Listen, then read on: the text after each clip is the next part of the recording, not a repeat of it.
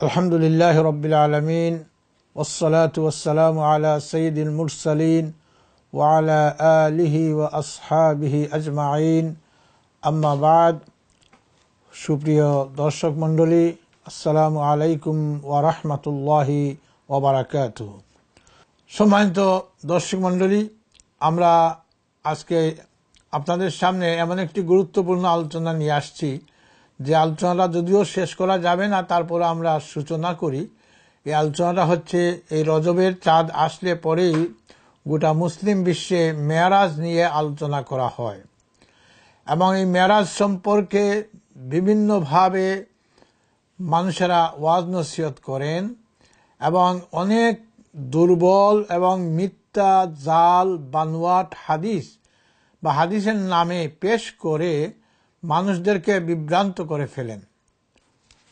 লাইলাতুল মেরাজ সম্পর্কে আল্লাহ রাব্বুল আলামিন বলেছেন, বিসমিল্লাহির রহমানির রহিম, সুবহানাল্লাযী আসরা বিআবদিহি লাইলাম মিনাল মাসজিদিল হারাম ইলাল মাসজিদিল আকসা আল্লাযী বারাকনা হাওলাহু লিনুরিয়াহু মিন আয়াতিনা ইন্নাহু হুয়াস সামিউল বাসীর।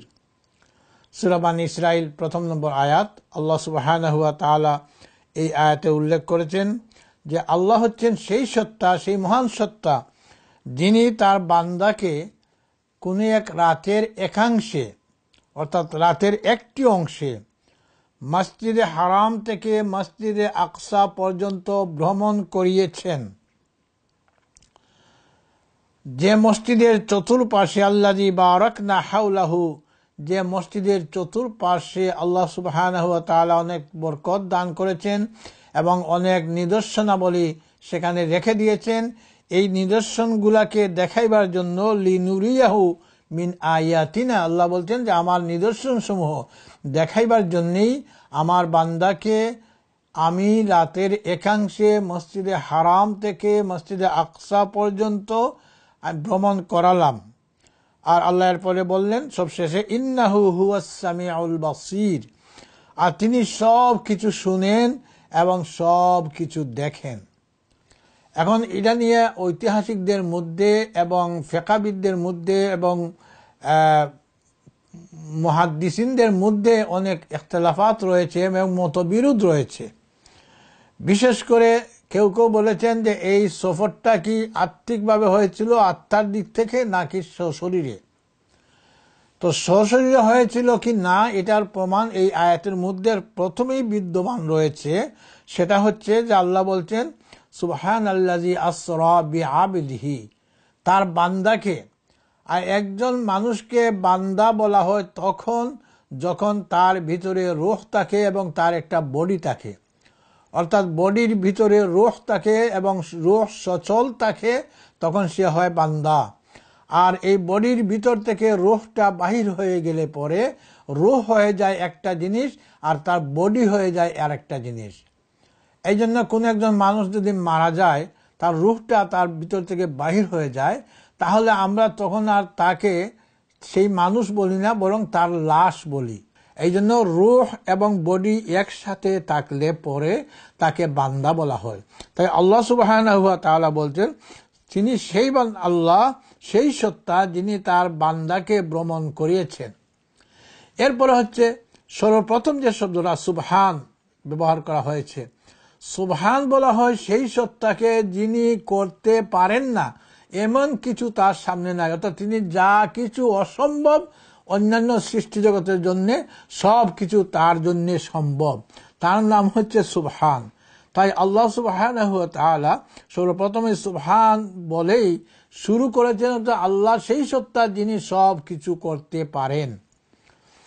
তাহলে আল্লাহর এখানে আল্লাহর যে বরত্ব, আল্লাহর যে মহত্ব, আল্লাহর যে ক্ষমতা, এগুলা প্রকাশ করার কারণ হচ্ছে এইটাই যে আল্লাহ রসুলকে বডি সহ রূহ সহ ভ্রমণ করিয়েছেন। স্বপ্নে তো সবাই স্বপ্ন দেখতে পারে, আমিও দেখতে পারি, আপনিও দেখতে পারেন, ছোট বড় সবাই স্বপ্ন দেখতে পারে। এই স্বপ্নের জন্য তো সুবহান আর শব্দ বলার কোনো দরকার নাই। সুপ্রিয় দর্শক মণ্ডলী, এই জন্য এটা প্রমাণিত যে আল্লাহ রসুল সশরীরে তিনি মেরাজ করেছেন এবং সফর করেছেন মসজিদে হারাম থেকে মসজিদে হারামের কোন জায়গায় ঘুমিয়েছিলেন সেখানেও ইখতিলাফ আছে। কেউ বলেছেন হাতিমের ভিতরে, কেউ বলেছেন হজরা আসওয়াদের এখানে, কেউ বলেছেন আপনার এই মুলতাজিমের এখানে, কেউ বলেছেন উম্মে হানির ঘরে। এই ধরনের ইখতিলাফাত আছে। আমরা এই ইখতিলাফের ভিতরে যাব না। এই জন্যে এই ইখতিলাফ শুনে পরে কোনো একটার উপরে ঈমান আনা জরুরি নয়, বরং ঘটনা যেটা ঘটেছে সেটা মানাটা হচ্ছে আসল জিনিস। কোন জায়গায় ঘুমিয়েছিলেন সেটা একটা বেশ কম হইতেই পারে, সেটা যেখানেই হোক না কেন। এই জন্য আল্লাহ রসুল সাল্লাল্লাহু আলাইহি সাল্লাম সেই হারামেরই কোনো এক জায়গায় আরাম ফরমাচ্ছিলেন, সেখান থেকে জিবরাইল এসেই নিয়েছেন। কিন্তু এখানে আবার কিছু ওয়াইজরা এমনভাবে কিছু ওয়াজ করেন যে ওয়াজগুলা আল্লাহর সুন্নতের খেলাফ হয়, নবীর সুন্নতের খেলাফ হয় এবং আল্লাহর আদর্শের খেলাফ, নবীর আদর্শের খেলাফ হয়ে যায়। যেমন কোনো ওয়াইজ আমি নিজে শুনছি ওয়াজ করেছেন যে জিবরাইল আলাইহিস সালাতু ওয়াস সালাম এসে আল্লাহ রসুলকে ঘুম থেকে ডাকবেন কিভাবে সেটা তিনি ভয় পাচ্ছেন, তাই তিনি তার জিবরাইলের জিহ্বা দিয়ে তার পা চাটা শুরু করে দিলেন। নাউজুবিল্লাহ। জিবরাইল আল্লাহর এক সৃষ্টি, আল্লাহর এক ফিরিস্তা এবং সবচেয়ে বড় এক ফিরিস্তা। আর সেই ফিরিস্তার কাছে, সেই ফিরিস্তাকে আল্লাহ পাঠালেন নবীর কাছে ডাকার জন্যে। আর সেই জিবরাইলই সর্বপ্রথম ওহী নিয়ে এসেছিলেন। সেই জিবরাইল যদি আল্লাহ রসুলকে ডাকার জন্য পায়ে লেহন করতে হয়, তাহলে জিবরাইলের সম্মানটা কোথায়? আল্লাহ রসুলের সম্মান দিতে গিয়ে জিবরাইলকে একবারে শেষ করে দিলেন। এই ধরনের কিছু আজে বাজে কথাবার্তা আছে। আমরা শুধু এটা বলবো যে জিবরাইল এসেছেন, আল্লাহ রসুলকে ডেকেছেন। এখন পায়ে লেহন করে ডাকলেন না হাতে লেহন করে ডাকলেন, এইটুকু বলার দরকার নাই।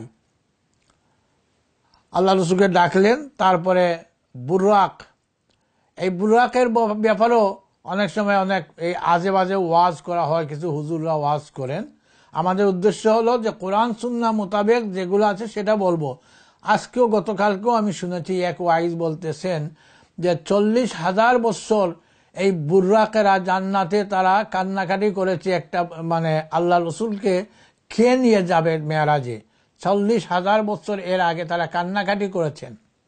এই মেয়ারাজের ঘটনা যে ঘটবে সেই বুর্রাকরা আগেই জানতো, বোধহয় 40,000 বছর আগ থেকেই জানতো। এর বা দলিলটা কোথায় তারা পেল? এইগুলা শুধু রসুলের মর্যাদাকে বৃদ্ধি করার জন্য তারা বলেছে। জিবরাইল গিয়েছেন নাকি জান্নাত থেকে পাগড়ি আনার জন্য, যে জান্নাতের পাগড়ি পরাইয়া জমিন থেকে মুহাম্মদকে উপরে নিয়ে যাবেন। এইগুলো অলিক, হাদিসের কোনো ভাষা নাই। এগুলা শুধু রসুলের সম্মানকে বাড়াইবার জন্যই বলা হচ্ছে। আল্লাহ রসুল সাল্লাল্লাহু আলাইহি সাল্লাম বুরাকে চড়েই তিনি মসজিদে আকসায় গিয়েছেন। মসজিদে আকসা থেকে, সেখান থেকে সিঁড়ি দিয়ে, মেরাজ দিয়ে তিনি উপরে উঠেছেন এবং সিদরাতুল মুনতাহা পর্যন্ত সেখানে গিয়েছেন। এবং সিদরাতুল মুনতাহা থেকে আল্লাহ রাব্বুল আলামিন তার জন্য আরেকটা বাহন পাঠিয়েছেন, যেটাকে অনেকে তাফসীরে উল্লেখ করা হয়েছে রাফরাফ নামে। সেই রাফরাফে ভর করে আল্লাহ রসুল সাল্লাল্লাহু আলাইহি ওয়াসাল্লাম তিনি আল্লাহর আরশ পর্যন্ত গিয়েছেন। এখানেও মানুষেরা এমনভাবে কিছু লাগিয়েছে যে সিদরাতুল মুনতাহায় যাওয়ার পরে যে বড় পীর আব্দুল কাদের জিলানী তিনি নাকি নজর করে দেখলেন দুনিয়াতে আসার 500-600 বছর আগেই তিনি দেখছেন, অর্থাৎ মায়ের পেটে আসার আগেও, যে আল্লাহ রসুলের রফরফের একটা ঠ্যাং ভেঙে গিয়েছে। এখন এত সিদরাতুল মুনতাহার উপরে সেখানে কি গাছ বৃক্ষ আছে নাকি কিসের কারণে ঠ্যাং ভাঙলো সেটাও বোঝা গেল না। এবং সেই ঠ্যাং ভাঙলো আল্লাহর ব্যবস্থাপনায় এই ত্রুটি, আর সেই ত্রুটিকে সংশোধন করে দিলেন আব্দুল কাদের জিলানী। নাউজুবিল্লাহ। যে আব্দুল কাদের জিলানী গিয়ে তার কাঁধ দিয়ে ধরে তারপরে আরশে নামিয়ে দিয়েছেন। আরশে নামার পরে আল্লাহ রসুল জিজ্ঞেস করলেন তুমি কে? তখন বললেন যে ইয়া রাসূলুল্লাহ, আমি আপনার এক উম্মত, আপনার এক গোলাম। আরো 500-600 বছর পরে আমি জমিনে আসব, আমি আপনার এই বিপদ দেখে এসেছি সাহায্য করতে। সুপ্রিয় দর্শক মন্ডলী, এই সমস্ত যে আজে বাজে পুঁথির মতো ওয়াজ, এইগুলা কিছু জাহিলরা করেন, যাদের নামে আগে পিছনে অনেক আলিমের উপাধি লাগানো আছে। এবং তারা বলেন যে তারা আব্দুল কাদের জিলানী সেখানে গিয়ে তিনি আল্লাহ রসুলকে সাহায্য করেছেন, এই জন্য তার নাম হয়েছে আব্দুল কাদের জিলানী দস্তগীর, অর্থাৎ হাত ধরে। কেউ বলেছেন যে রসুল হাঁটতে গিয়ে পিচ্ছিল হয়ে গেছিল পাটা, আর তিনি হাত ধরে উঠিয়েছেন, এই জন্য তার নাম হচ্ছে দস্তগীর। গির মানে ধরা, দস্ত মানে হাত, হাত দিয়ে ধরা। আর কেউ কেউ বলেছেন যে আরশে যাওয়ার পরে, রফরফে নামার পরে আল্লাহর সান্নিধ্যে যাওয়ার সময় আল্লাহ রসুল আরশের উপরে উঠতে পারতেছেন না, সেখানে সিঁড়ি নাই, কিছু নাই, মই নাই, কিছুই নাই, উঠতে পারতেছেন না। আব্দুল কাদের জিলানী টেনে ধরে তুলিয়ে দিয়েছেন। নাউজুবিল্লাহ। এই ধরনের আব্দুল কাদের জিলানীকে যেখানে রসুলও পারেন না, সেখানে রসুল নিজে উঠতে পারেন না, আর আব্দুল কাদের জিলানীর দুনিয়াতে আসার কয়েকশো বছর আগে তিনি গিয়া এই আরশে আজিমে গিয়ে আল্লাহ রসুলকে সাহায্য করলেন। তাহলে তো বোঝা যায় তিনি আরেক আল্লাহর ক্ষমতা থেকে আরো বেশি। আল্লাহ রসুলকে তো আল্লাহ নিলেন সেখানে, আর সেখানে গিয়ে আটকা পড়লেন, আর আব্দুল কাদের জিলানী তাকে উদ্ধার করলেন। এইভাবে করে এই মেরাজের কিস্সাগুলাকে এমনভাবে ওয়াজ করে বর্ণনা করা হয়, আর কায়দে কায়দে বলা হয়, আর মানুষেরা মনে করে হায় হায় দেখছো রসুলের কত মর্যাদা, আর আব্দুল কাদের জিলানী কোথায়। এইগুলা দিয়ে আল্লাহ এবং আল্লাহ রসুল থেকে আব্দুল কাদের জিলানীর মর্যাদাকে বৃদ্ধি করা হয় এই মেরাজের ঘটনার সাথে।